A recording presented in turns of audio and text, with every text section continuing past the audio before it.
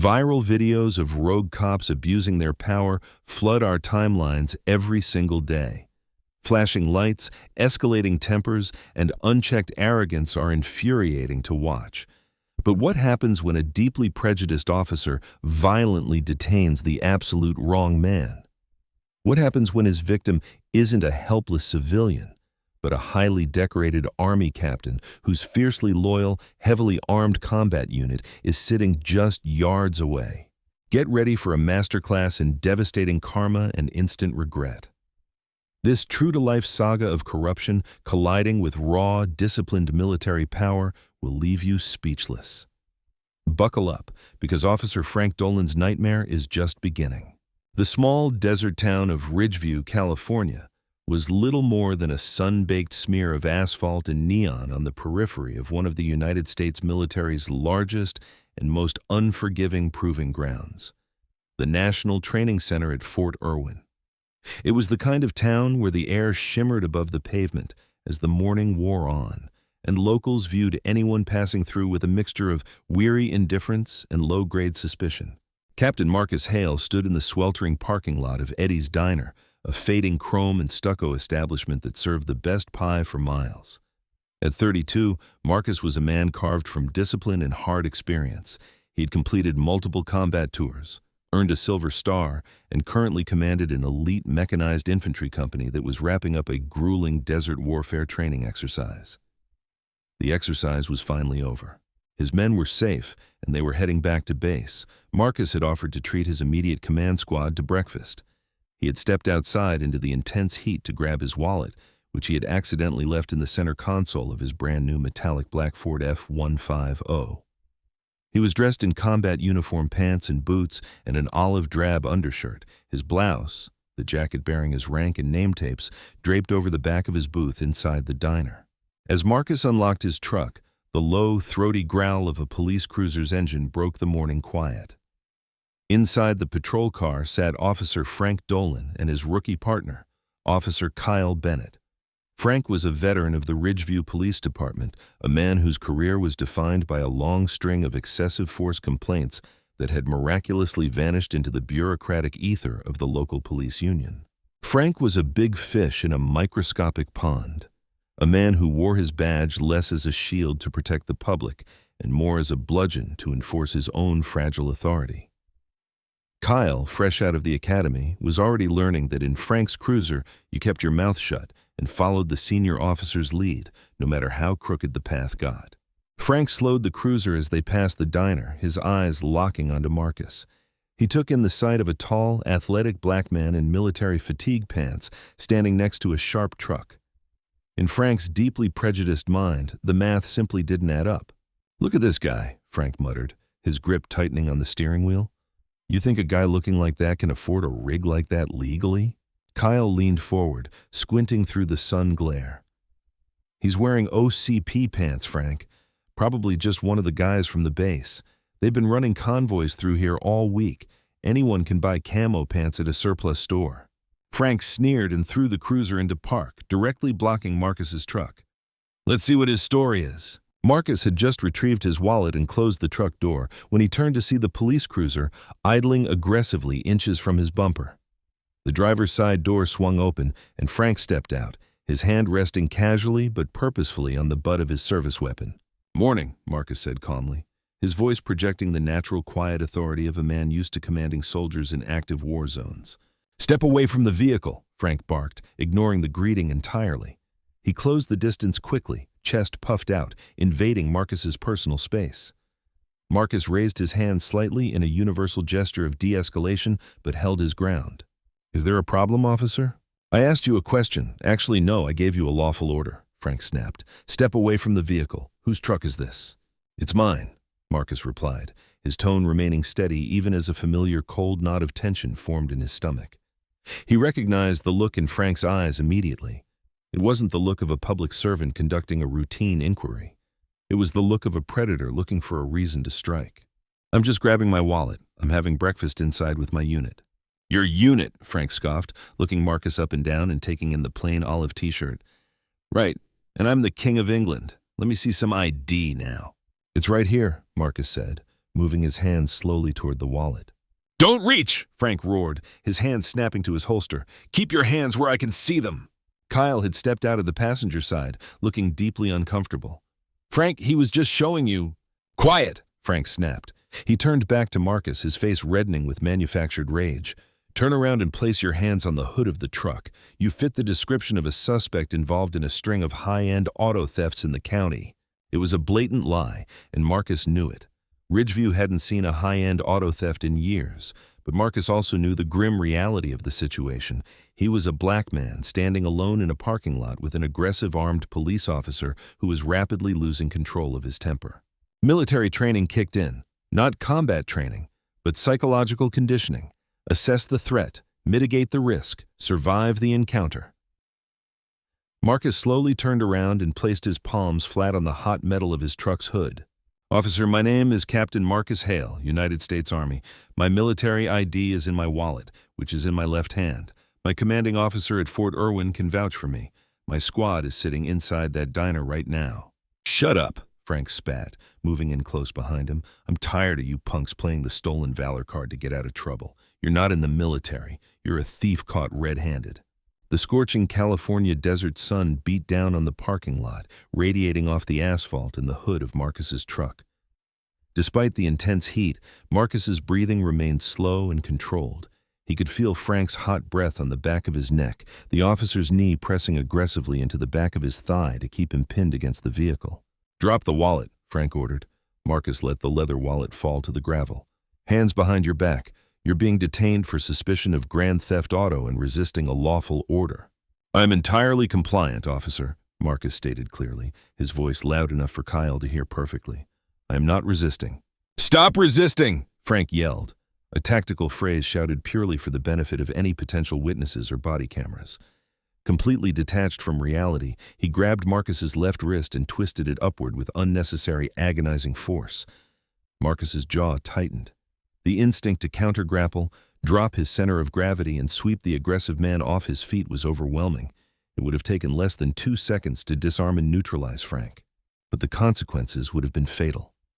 He suppressed the combat reflexes honed over years of warfare, forcing his muscles to remain limp as the cold steel of the handcuffs clicked tightly around his wrists, biting into his skin. Kyle took a tentative step forward. "Frank, man, we can just run the plates if the truck is his." "I told you to hang back, Kyle," Frank growled, yanking the handcuffs upward to force Marcus to stand up straight. "This guy is a flight risk. You check his pockets." Kyle approached, face pale. He looked Marcus in the eyes, silently apologizing, then patted down his pockets. He picked up the wallet from the gravel and flipped it open. The first thing that caught the sunlight was the holographic shine of a Department of Defense Common Access card. Frank," Kyle stammered, eyes widening. "He's telling the truth. It's a military ID, Captain Marcus Hale, active duty." Frank snatched the wallet out of Kyle's hand and glared at the ID. For a fraction of a second, a flicker of doubt crossed his face, but his towering ego quickly crushed it. Backing down now would mean admitting he was wrong, admitting he had profiled an innocent man, and worse, an army captain. Frank's psychology didn't allow for retreat. "Fake," Frank declared flatly, tossing the wallet onto the hood of the truck. "Anyone can print these on the internet nowadays. I'm taking him in for questioning." "Officer," Marcus said, voice dropping an octave and taking on the hard, uncompromising edge of a commanding officer, "you are making a profound mistake. I strongly advise you to take these cuffs off and walk away." Frank laughed, a harsh, grating sound. He grabbed Marcus by the shoulder and shoved him toward the police cruiser.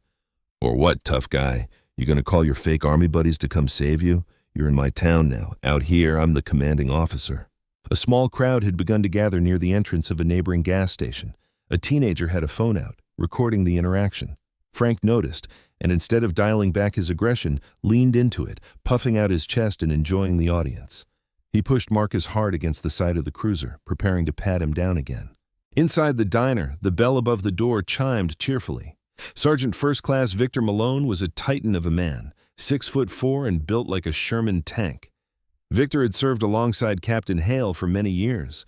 They had bled together in the Korengal Valley, and Victor owed his life to Hale's tactical brilliance during a botched extraction mission years earlier. Victor was fiercely protective of his men and possessed a loyalty to his captain that bordered on the religious. Victor pushed open the heavy glass door of Eddie's diner, a cardboard carrier holding 4 iced coffees in each massive hand. He had stepped out to check on the captain, wondering what was taking so long. The blinding sunlight washed over him, but eyes trained to scan for threats instantly locked onto the scene unfolding yards away. He saw the flashing lights, the Ridgeview police cruiser, and his commanding officer, Captain Marcus Hale, handcuffed and being forcefully shoved against the side of a police car by an unhinged local cop.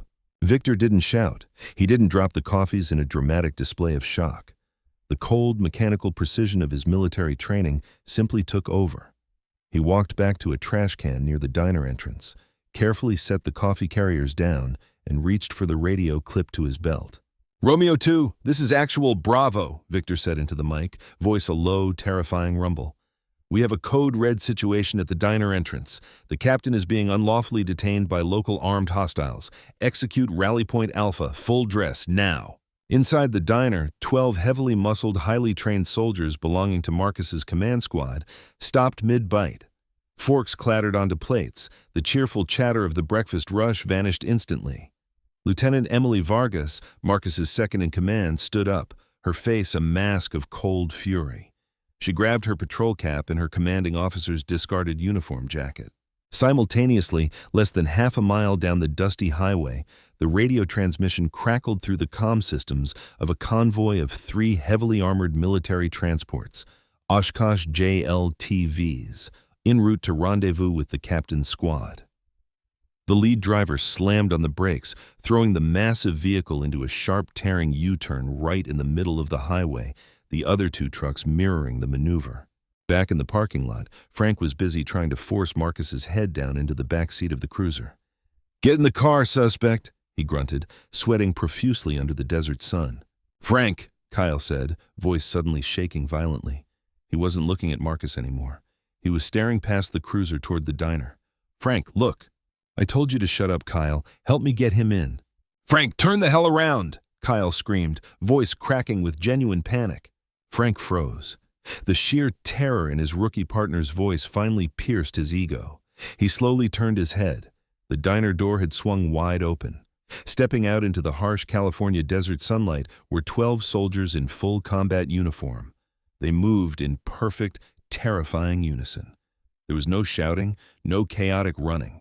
They deployed with lethal, practiced efficiency. Within seconds, they had fanned out, forming a tight, inescapable semicircle around the police cruiser and Marcus's truck. Frank's breath hitched in his throat. These weren't kids in surplus gear. These were hardened combat veterans. He could see the deployment patches on their shoulders, the heavy combat boots, the uncompromising, stone-cold glares fixed entirely on him. But it wasn't just the squad from the diner. A deafening roar of massive diesel engines shattered the quiet of the morning. Frank watched in absolute horror as 3 massive sand-colored military armored vehicles tore into the parking lot. They didn't park in designated spots. They aggressively boxed the police cruiser in. One JLTV pulled up mere inches from the cruiser's front bumper, another angled to block the rear, and the third blocked the only exit route to the highway. Dust billowed into the air, coating the parking lot in a thick, suffocating cloud. As the dust settled, the heavy steel doors of the transport swung open, and 20 more soldiers poured out instantly, reinforcing the perimeter. Over 30 military personnel now stood in absolute, deafening silence, completely surrounding the 2 police officers. The teenager recording across the street dropped their phone, staring in open-mouthed disbelief. Sergeant First Class Victor Malone stepped through the line of soldiers, walking with heavy, deliberate steps until he stood just feet from Frank. The shadow of the massive sergeant fell over the terrified police officer. Lieutenant Emily Vargas stepped up beside Victor. Without a word, she held up the combat uniform jacket she had brought from the diner. Emblazoned clearly on the chest were the silver bars of an Army captain and the name tape, Hale. Victor stared down at Frank, eyes burning with controlled, violent intensity that made the officer's hand tremble uncontrollably over his holster. "You have exactly 3 seconds, Victor said, voice slicing through the silence like a serrated blade, "to take those hands off my captain." The silence in the parking lot was absolute, save for the low, rhythmic idle of the three heavily armored Oshkosh JLTVs that had effectively barricaded the Ridgeview police cruiser. The heat radiating from the asphalt was stifling, but the chill that ran down Officer Frank Dolan's spine was absolute zero. "You have exactly 3 seconds, Sergeant First Class Victor Malone," Victor repeated, voice devoid of emotion, which somehow made it infinitely more terrifying. 3. Frank's hand hovered over his duty belt. His mind raced frantically, searching for a way to maintain dominance. In his years on the force, a badge and a gun had always been the ultimate trump cards. He was used to civilians cowering, apologizing, and submitting. But looking at the wall of 30 highly trained, combat-ready soldiers staring at him with unblinking, predatory focus, Frank realized his badge meant absolutely nothing here. Victor didn't shout the countdown. He spoke it with the casual certainty of an executioner checking a watch. 2. "Frank, take them off!" Kyle screamed. The rookie had backed up until his shoulder blades hit the side of the cruiser. He held his hands up, palms out, signaling total surrender to the military personnel surrounding them. "He's a captain, Frank. They're going to kill us. Back off!" Frank yelled, voice cracking and betraying the sheer panic clawing at his throat. He kept his grip firmly on Marcus's shoulder, using the captive captain almost as a human shield. "This is a police matter. You are interfering with an active investigation. I will arrest every single one of you." A low collective scoff rippled through the ranks of the soldiers. It wasn't a laugh. It was a sound of profound, unified contempt. Lieutenant Emily Vargas stepped forward, boots crunching on the gravel. She didn't look at Frank. She looked directly at Captain Marcus Hale. "Sir," she said, voice carrying clear and crisp, "do we have a situation here?" Marcus, still pinned against the hot metal of the cruiser with arms locked behind his back, turned his head slightly. Despite the agonizing pain in his shoulders and the sheer humiliation of the moment, his expression remained impossibly calm. He was the eye of the hurricane. "We do, Lieutenant," Marcus replied evenly. "Officer Dolan here believes I am a suspect in a grand theft auto ring. He has dismissed my military identification as fraudulent." "I see, sir," Vargas replied. She turned her icy gaze to Frank. "Officer Dolan, you are currently detaining a commissioned officer of the United States Army without probable cause, refusing to verify his federal identification and holding him against his will.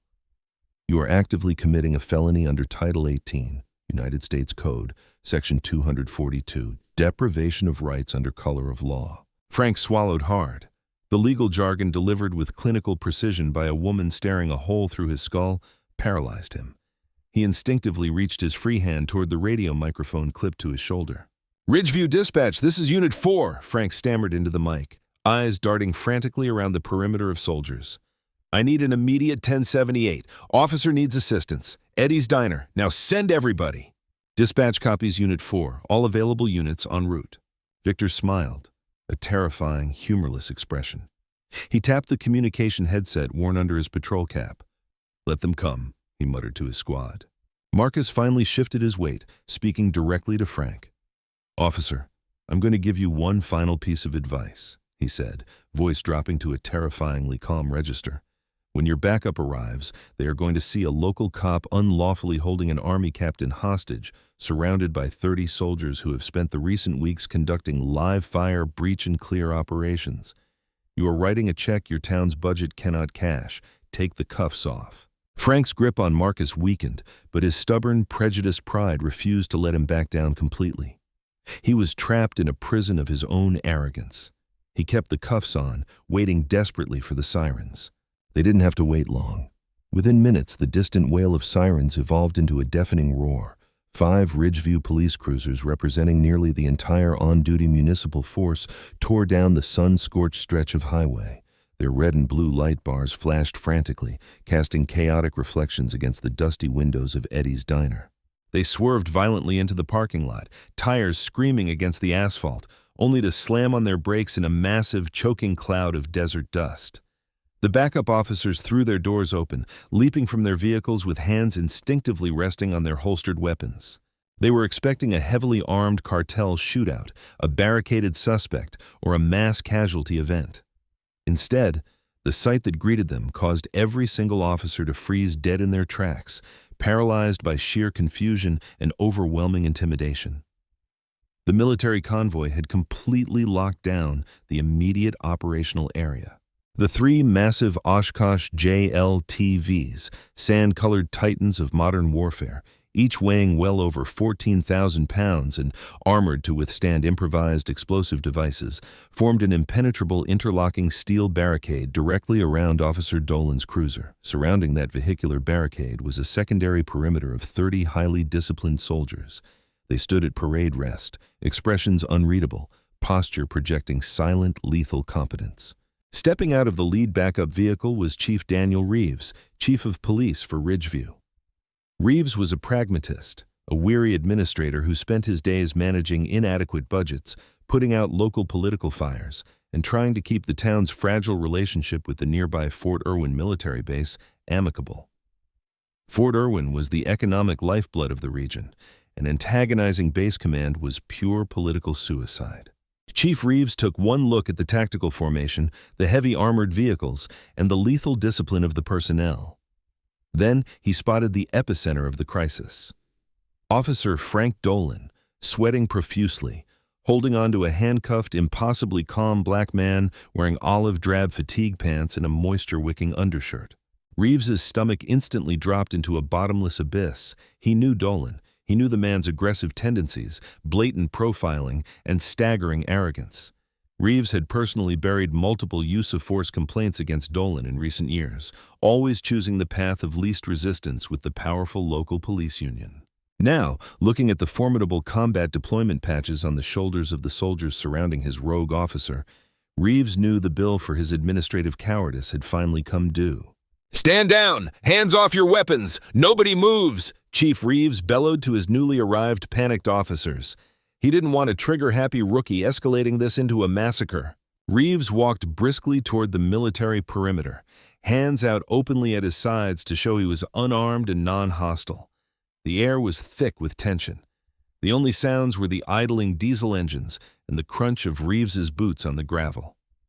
Sergeant First Class Victor Malone, a man who looked like he could single-handedly bench press a police cruiser, stepped forward and smoothly blocked Reeves's path with his massive frame. "Chief of Police Daniel Reeves," the chief introduced himself, voice strained, desperately trying to project an authority he knew he didn't currently possess. "Who is the commanding officer here? I need to speak to whoever is in charge." "I am," a calm, unwavering voice called out from the very center of the ring. Reeves looked past the massive sergeant and saw the handcuffed man leaning casually against Dolan's cruiser. "Captain Marcus Hale, United States Army," Marcus said, standing as tall as the handcuffs and Frank's aggressive grip allowed.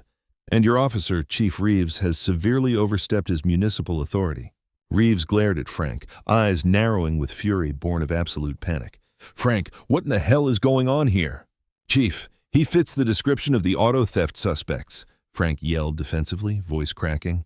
He was desperately trying to justify his actions, throwing out the flimsiest excuses. He refused a lawful order, he got aggressive, and his military ID is an obvious fake. These guys are interfering with an active lawful arrest. "Shut your mouth, Frank!" Reeves roared, volume shocking his own officers. The chief was a lot of things, but he was not a fool. He knew definitively that Fort Irwin didn't deploy 30 elite combat soldiers and millions of dollars in heavy armored transport to harbor a common car thief. Lieutenant Emily Vargas stepped up, boots stopping inches from Chief Reeves. With a sharp, precise movement, she handed him Marcus's leather wallet, flipped open to prominently display the holographic Department of Defense Common Access card. "Chief Reeves," Vargas said, words clipping the air like a knife, "your officer deliberately ignored valid federal identification. He physically assaulted an unresisting commissioned officer and is currently holding him against his will under threat of lethal force. This is no longer a local municipal matter. You are out of your jurisdiction. This is a federal incident." Reeves stared down at the ID in his trembling hands. It was pristine, authentic, and unmistakably real. The holographic seal shimmered in the harsh California desert sunlight. He closed his eyes for a brief, agonizing second as the sheer weight of the impending fallout crashed down upon him. He saw federal lawsuits, Department of Justice investigations, a media circus, and the immediate end of his pension and career flashing before his eyes. Before Reeves could formulate a response, Sergeant Malone pulled a heavy, ruggedized military smartphone from the tactical pouch on his chest rig. He tapped the reinforced screen once and held it out toward the chief. "For you, Chief," Malone said flatly. Reeves took the phone hesitantly, as if it were a live grenade, and brought it to his ear. Reeves speaking. "Chief Reeves, this is Colonel James Porter, base commander at Fort Irwin." A booming, impossibly authoritative voice echoed through the earpiece. The colonel didn't sound angry. Anger implied a loss of control. He sounded like a meticulously targeted missile lock. "I understand one of your municipal deputies has decided to unlawfully detain, assault, and hold hostage one of my best mechanized infantry company commanders. Colonel, sir, I'm on the scene right now. We are sorting this out. It's a terrible misunderstanding." "You're not sorting anything out, Chief," Colonel Porter interrupted, tone leaving absolutely zero room for negotiation or debate. "You're currently executing extreme damage control to save your own skin. I have my base judge advocate general sitting right next to me. He is currently drafting an immediate federal injunction. Here is exactly what is going to happen next. Your rogue, out-of-control officer is going to remove those handcuffs from Captain Hale immediately. Then I expect your officer's badge and weapon to be stripped on the spot in front of my men. If Captain Hale is not a free man in the next 30 seconds, I am calling the special agent in charge at the FBI field office in Los Angeles to report a kidnapping under color of law by an armed municipal employee. They will have a tactical team at your precinct before you can even drive back. Am I perfectly understood, Chief?" Chief Reeves felt the last remaining drops of blood drain from his face, leaving him pale and shivering despite the intense heat. The base commander wasn't bluffing. He was stating an impending fact. This was the absolute end of Frank Dolan's career, and if Reeves didn't handle it perfectly in the next 30 seconds, it was the end of his, too. Reeves lowered the phone, handed it back to Sergeant Malone without breaking eye contact, then turned to face his squad of terrified backup officers, signaling them with a sharp hand gesture to stay exactly where they were. He pivoted to look dead at Frank. "Frank," Chief Reeves said. His voice was deadly quiet, yet carried with crystal clarity over the humming diesel engines of the armored trucks. It was the voice of a man who had made his final choice. "Take the cuffs off the captain right now." Frank's jaw dropped in absolute shock. The betrayal he felt was completely unfounded but entirely real to his warped perspective. "Chief, you can't be serious." He was resisting. "You can't let them dictate." "Take the damn cuffs off him, Frank!" Reeves exploded, veins bulging in his neck, spit flying from his lips. "Before I have you thrown to the ground and arrested myself." The desert wind suddenly felt entirely still, as if the very air over Ridgeview had decided to hold its breath. The only sound in the suffocating heat of the parking lot was the low, rhythmic mechanical rumble of the 3 heavily armored Oshkosh JLTVs and the heavy, ragged, panicked breathing of Officer Frank Dolan. He stood absolutely frozen in the center of the tactical perimeter, hand still white-knuckling Captain Marcus Hale's shoulder, desperately clinging to a captive who was in reality the one holding all the power. Frank stared at Chief Daniel Reeves as if the older man had just spoken to him in a foreign language. The bureaucratic shield he had hidden behind for years was dissolving right in front of his eyes, melting under the unyielding glare of 30 combat-ready soldiers. "Chief," Frank whispered. His voice, usually a booming instrument of intimidation, was now a trembling, reedy rasp that betrayed a mixture of profound disbelief and misplaced betrayal. "Chief, I'm doing my job. You can't let them do this. You can't back down to these guys. He fits the profile." He was resisting. I said, "Take the handcuffs off, Frank." Chief Reeves stepped forward, completely closing the distance between the local police line and the military barricade. He didn't care about the imposing soldiers or the armored vehicles anymore. His soul-consuming focus was stopping his department from becoming the epicenter of a catastrophic federal civil rights lawsuit. "If I have to ask you one more time, I'm not going to suspend you. I will personally place you under arrest right here on this asphalt for insubordination, assault, and unlawful detainment. Do it right now." The absolute, uncompromising authority in Reeves's voice shattered the last remaining fragments of Frank's ego. The bully's hardened facade crumbled entirely, revealing the panicked, remarkably small man underneath. He looked around wildly, at Sergeant First Class Victor Malone staring back with the cold, unblinking focus of an apex predator, at the diner where patrons and waitstaff were practically pressing their faces against the front window, witnessing his downfall. And finally, across the street at Brandon Hayes, the teenager still holding his phone up, recording every agonizing second in high definition. With hands shaking so violently he could barely manipulate the small piece of metal, Frank reached to his duty belt. He fumbled blindly for his handcuff keys, chest heaving as cold sweat soaked through his uniform shirt. He stepped behind Marcus, fingers slipping twice before he finally managed to insert the key into the locking mechanism. The sharp metallic click-clack of the steel cuffs unlocking echoed like a gunshot in the tense, heavy silence of the standoff. Captain Marcus Hale stepped forward, arms finally free. He rolled his broad shoulders slowly, grimacing only slightly as blood rushed back into his raw, red wrists. He did not turn around to gloat. He didn't raise his voice to berate the man who had just assaulted him. His discipline, forged in the fires of multiple combat deployments, was absolute. He was the eye of the hurricane. He simply looked at Sergeant Malone, gave a subtle single nod of acknowledgement, and turned his full attention to the chief of police. "Thank you, Chief Reeves," Marcus said. His voice was incredibly calm, betraying absolutely none of the adrenaline that must have been surging through his veins. "I appreciate your prompt arrival and your swift intervention." "Captain Hale, I cannot possibly apologize enough for this," Reeves said, face flushed with deep visceral embarrassment. He looked at the impenetrable wall of olive drab, then back at the commanding officer.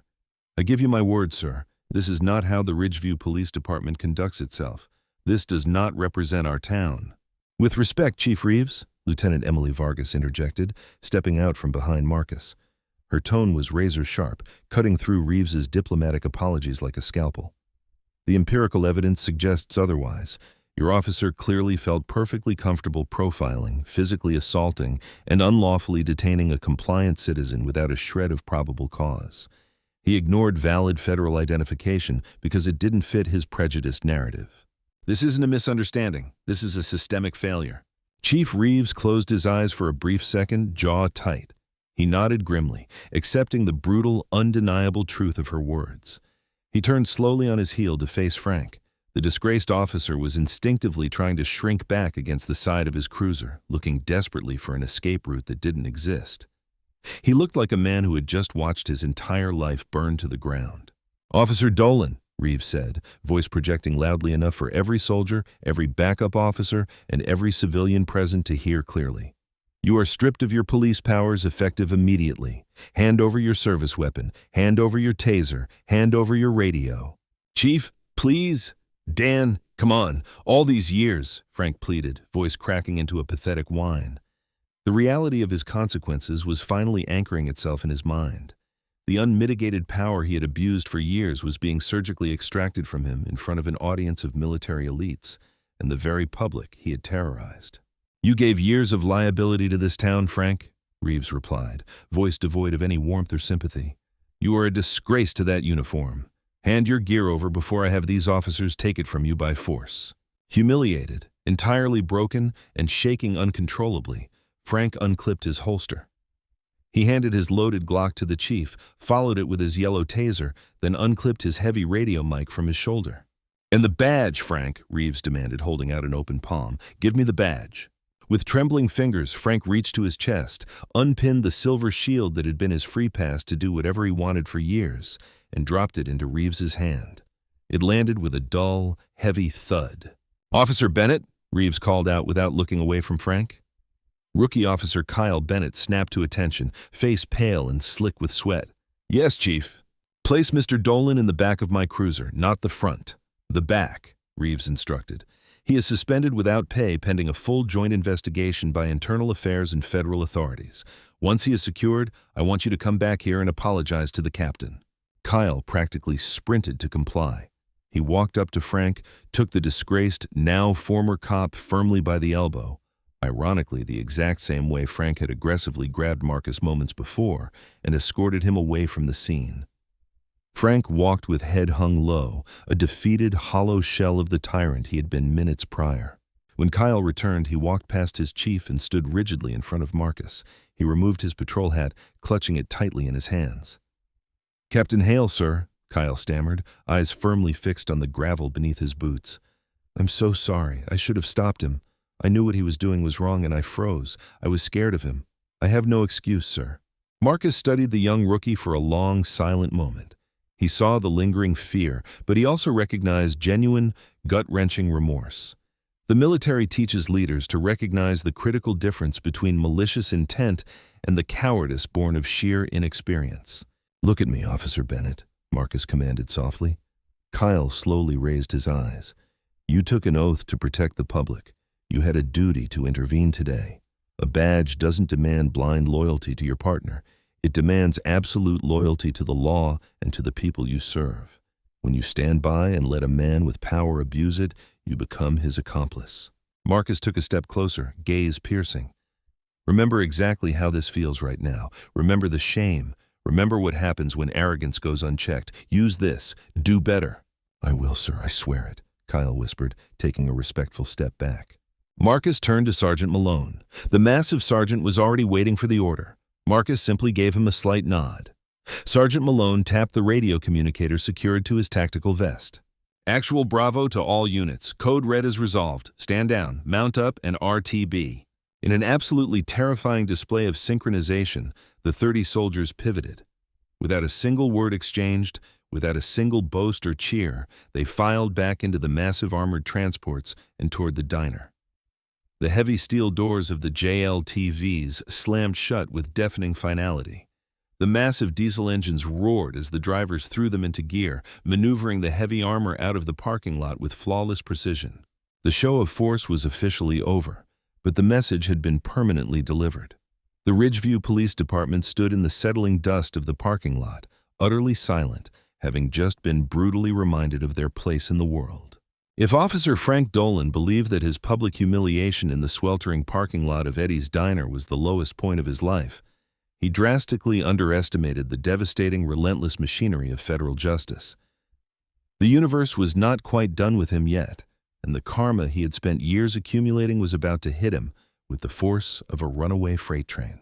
It started with a digital spark that turned into a global wildfire. Brandon Hayes, the high school junior who had been standing across the street with his smartphone, didn't just send the video to his friends. He uploaded the unedited 4-minute clip to 3 different social media platforms simultaneously. He titled it simply, "Corrupt Local Cop Tries to Arrest Army Captain, Gets Surrounded by Entire Platoon." The algorithm caught it instantly. Within hours, the video surpassed 1 million views. By the end of the day, it had shattered the 20 million mark. The footage was a visceral, undeniable masterclass in visual storytelling. The internet watched, captivated and enraged, as a smug, aggressive officer bullied a calm, compliant black man, only to experience the ultimate soul-crushing reversal when the armored transports rolled in. By nightfall in Ridgeview, the town's switchboards were completely paralyzed. The Ridgeview Police Department's social media pages had to be deactivated due to an insurmountable flood of thousands of furious comments per minute. National news networks preempted their evening broadcasts to analyze the footage, bringing on military law experts and civil rights attorneys who collectively tore Dolan's actions to shreds. But the real nightmare for Dolan wasn't the public relations disaster. It was the silent, lethal mobilization happening behind closed doors. Colonel James Porter was a man of his word. He hadn't just filed a formal complaint, he had directly contacted the Department of Justice. The following morning, Dolan was sitting in his dimly lit living room, nursing a cup of black coffee and staring blankly at the television. He had been suspended without pay, but his deeply ingrained arrogance convinced him that his police union representative would eventually make this go away. He believed he just needed to weather the storm. He was abruptly pulled from his delusions by the sound of a heavy steel battering ram completely obliterating his front door. "FBI, federal agents with a warrant. Hands where we can see them." Dolan dropped his coffee mug, shattering it against the hardwood floor. Before he could even stand, 6 heavily armed agents in tactical gear swarmed his living room. He was thrown face first onto his own rug, hands violently yanked behind his back and secured with zip ties. The irony of the position was not lost on him. Leading the raid was Special Agent David Klein, a veteran investigator from the Los Angeles field office who specialized in public corruption. Klein didn't even look at Dolan as he walked past him into the kitchen, barking orders to his team to begin tearing the house apart. Simultaneously, a second team of federal agents was executing a synchronized raid on the Ridgeview Police Precinct. Chief Daniel Reeves could do nothing but sit pale and trembling in his office as agents boxed up his servers, confiscated Dolan's locker, and seized years' worth of physical case files and dashcam hard drives. The local unions, sensing the radioactive nature of a federal civil rights probe involving the United States military, formally withdrew their legal representation for Dolan by midday. He was entirely isolated. In the weeks that followed, Agent Klein and his team meticulously combed through Dolan's digital footprint, and what they discovered transformed the case from a singular incident of excessive force into a massive, sprawling criminal enterprise. Dolan hadn't just been a prejudiced, aggressive bully. He had been running a highly organized, localized extortion ring right under the nose of the department. By analyzing hours of previously lost or muted dashcam footage, the FBI uncovered a sickening pattern. For years, Dolan had routinely targeted out-of-town drivers, specifically focusing on minorities driving through the lonely desert highways. His modus operandi was simple and brutal. He would pull them over for fabricated traffic violations, separate them from their vehicles, and claim he smelled narcotics. He would then threaten them with severe felony charges, impoundment of their vehicles, and immediate jail time unless they surrendered whatever cash they had on hand as civil asset forfeiture. Knowing these victims lived out of state and couldn't afford the legal fees or the travel required to fight a corrupt local court system, they paid up. Dolan pocketed the cash, let them go with a warning, and never filed the paperwork. The most damning piece of evidence, the ultimate twist of fate, was found behind a false wall in Dolan's detached garage. The FBI uncovered a heavy steel lockbox containing over $200,000 in bundled cash, dozens of stolen watches, and a handwritten ledger. Dolan, in his unparalleled hubris, had kept meticulous notes of his extortions, dates, license plates, and amounts stolen. Because of Captain Marcus Hale's unwavering composure, Dolan had picked the one target that refused to be intimidated, inadvertently shining a federal spotlight directly onto his hidden vault of crimes. Months later, the federal courthouse in Los Angeles was packed to capacity. Frank Dolan, stripped of his uniform, his pension, and his pride, sat at the defense table wearing a drab Orange County jail jumpsuit. He looked aged, hollowed out, and utterly defeated. His wife had filed for divorce immediately following the FBI raid, taking custody of their children and moving out of state. The trial was a slaughter. The prosecution didn't just play the viral video. They brought forward multiple previous victims of Dolan's extortion ring, corroborated perfectly by the dates and amounts in Dolan's own handwritten ledger. But the final nail in the coffin came from his own department. Rookie Officer Kyle Bennett took the stand. Looking Dolan dead in the eye, Bennett testified for hours, detailing Dolan's aggressive coaching, his blatant disregard for protocol, and the sheer terror he instilled in the community and his fellow officers. When it was time for sentencing, federal judge Richard Harlan looked down from the bench with an expression of profound disgust. "Mr. Dolan," Judge Harlan's voice echoed through the silent courtroom, "you were given a badge to act as a shield for the vulnerable. Instead, you forged it into a weapon to prey upon them. You disgraced your uniform. You violated the Constitution you swore to uphold. And you operated not as a peace officer, but as an armed highwayman. You believed you were above the law. Today, the law buries you for federal civil rights violations, Hobbs Act extortion, and deprivation of rights under color of law." Frank Dolan was sentenced to over 2 decades in a maximum security federal penitentiary with no possibility of parole. He was also ordered to pay full restitution to his victims, resulting in the complete liquidation of his remaining assets. The fallout in Ridgeview was equally absolute. Chief Daniel Reeves was forced into immediate resignation for severe administrative negligence. The Department of Justice placed the Ridgeview Police Department under a strict federal consent decree, completely overhauling their chain of command, training, and accountability protocols. Kyle Bennett, having proven his willingness to break the blue wall of silence, was retained. He eventually rose to the rank of sergeant, dedicating his career to internal affairs and ethical policing. As for Captain Marcus Hale, he never capitalized on the viral fame. He declined all book deals, podcast invitations, and late-night talk show appearances. He remained the stoic, disciplined leader he had always been. In time, he was promoted to the rank of major, accepting a highly competitive strategic command assignment at the Pentagon. The parking lot of Eddie's Diner eventually returned to normal, the harsh California desert sun baking the asphalt just as it always had. But the memory of that morning lingered, a permanent reminder to the town and to the millions who watched it unfold that true power doesn't come from a badge and a loud voice. True power is disciplined, silent, and when pushed too far, absolutely devastating. And that is exactly why you never judge a book by its cover, and you never abuse your authority. Frank Dolan thought he was the ultimate power in his small town. But he found out the hard way that true power is disciplined, composed, and backed by the United States Army. It took one monumental mistake for a corrupt cop to lose his badge, his freedom, and his pride, completely dismantling years of extortion. If you loved watching justice hit this hard, smash that like button to help this story reach more people. Share this video with your friends and make sure you subscribe to the channel with the notification bell turned on so you never miss our next true life drama. What part of the military's response was your favorite? Dua vokotriane de la donvantingan teodung ukokuban, hai trum bamui bantu. This story delivers a deeply moving life lesson we can all carry with us. True power is not found in badges, arrogance, or prejudice, but in composure, integrity, and the courage to stand against injustice. When bias took control, it turned a routine moment into a painful reminder of how authority can corrupt and harm the innocent. In contrast, the captain's remarkable calm under pressure revealed the quiet strength that earns true respect. He chose dignity over anger, showing that real leaders don't need to raise their voices to command a room. His team's disciplined response proved that when good people unite, justice arrives with unstoppable force. In our own lives, we face daily choices to judge others fairly or let bias win, to stay silent or to speak up for those being mistreated. This tale urges us to choose empathy and courage every time.